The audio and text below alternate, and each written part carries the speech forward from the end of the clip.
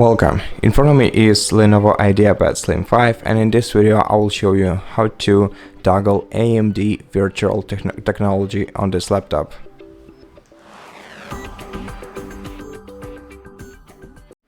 So to enable or disable AMD Virtual Technology, you'll have to open the BIOS, and to do this, press the power button once to power your PC on, and then repeatedly click the F2 key until you see the BIOS menu on your screen.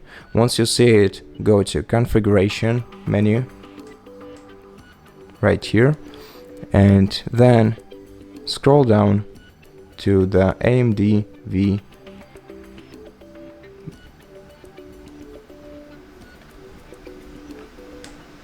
Let me scroll down. AMD V Technology.